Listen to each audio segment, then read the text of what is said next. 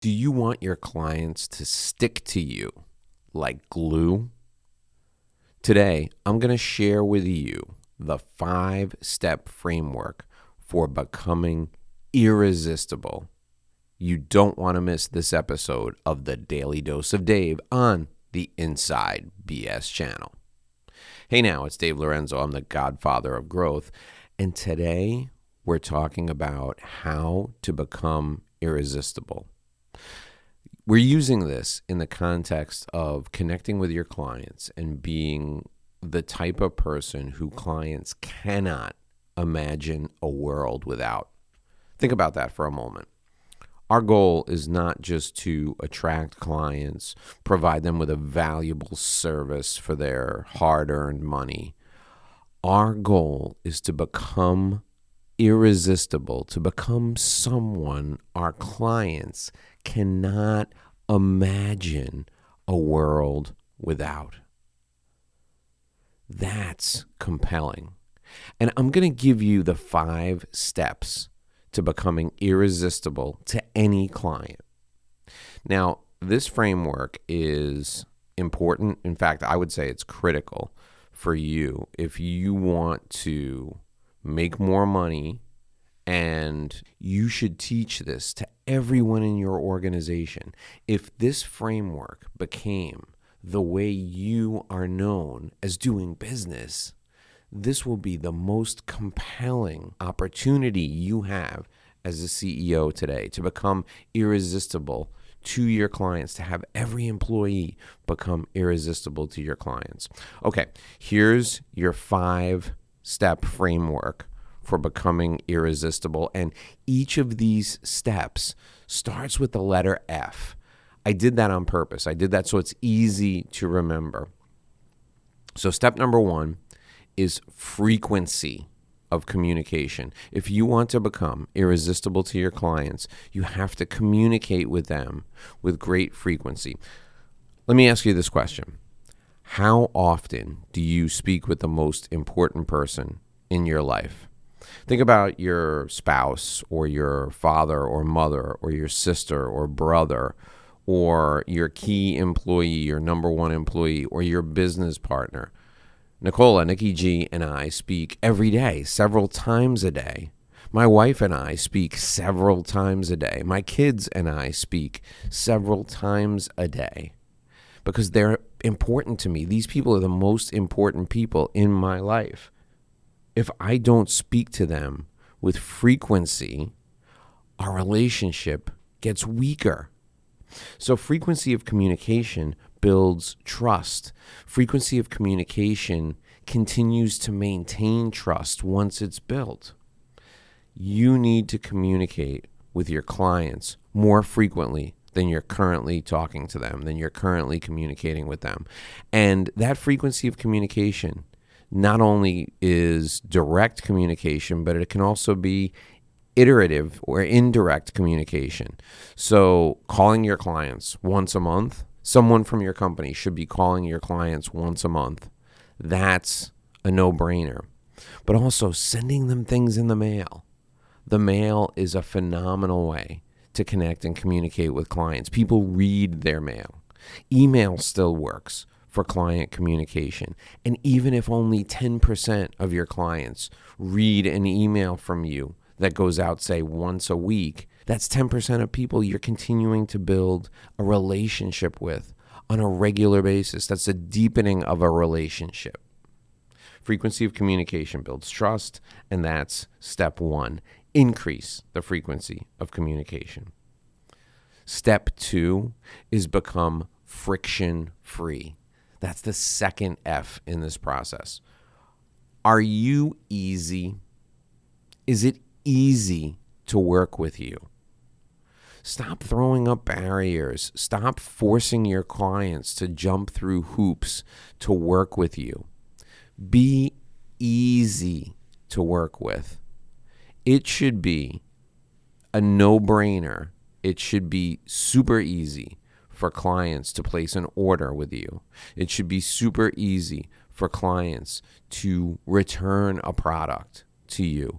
It should be super easy for clients to get someone on the phone. I understand that AI, artificial intelligence, is all the rage right now, but clients don't want to interact with AI. Clients want to talk to a human when they have questions. So make the default speaking to a human. Make the default being easy. If your client needs an invoice on the first of the month, 6 a.m. on the first of the month, an invoice should be in their inbox. If your client has asked you to deliver something on a specific day and a specific time, it should be early. If a client sets an appointment with you, you should be there 15 minutes before the appointment starts. Be friction-free. Be easy to work with. The final point on being friction-free is abandon the need to be right about the little things with your clients. Nobody wins an argument with a client. Nobody. You need to abandon the need to be right. Don't correct your client in front of his team or her team. Don't correct your client in front of their spouse. Don't correct your client in front of anyone ever. Have those conversations with your client in a private way, in a private space. Be easy to work with. Be easy to connect with. Be friction-free. Step 3 is freedom. You need to reinforce your client's autonomy. You need to make sure your clients understand that working with you enhances their ability to be free. Our tagline in Exit Success Lab, the business that Nicola and I own together, the consulting company that Nicola and I provide services to our clients through, our goal with Exit Success Lab is to provide options to business owners for when they're ready to exit. That's enhancing their autonomy. We're providing freedom. We're selling freedom. You need to set your clients free in some way, and you need to remind them that you're setting them free in some way. You need to enhance their autonomy. Are you helping set your clients free? That's step 3 in becoming irresistible. Step number 4 is fun. Are you fun? You need to be the fun clubhouse that your clients can't wait to get into. You need to be a destination for your clients to enjoy themselves. If you're a dentist and people hate going to the dentist, you need to create an experience that's so powerful, that's so fun, that clients can't wait to come and see you. Now, in professional services, you can do this with your personality. You can do this with your business processes. You can do this with the team that you hire. You can make the environment fun. I go to a dentist that plays really cool music, 80s and 90s music that's a throwback to the days when I was in high school and college. They play this really cool music. They play it in the waiting room. They play it in the exam room. They're happy when you go in there. They look forward to seeing you.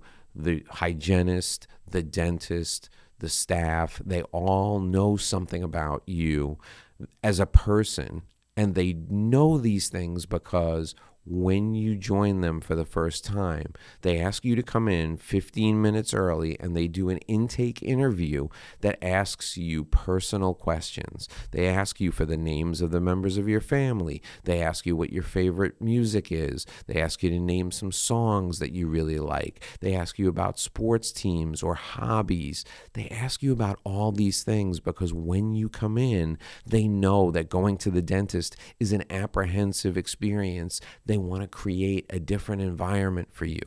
And they customize their follow-up afterwards by writing handwritten notes to you and mentioning something that you discussed with them in the intake process. This is a phenomenal example of taking a business that normally creates apprehension among clients and making it fun. Do people want to be around you? Do people feel like they fit in when they're with you? Do they feel like they belong?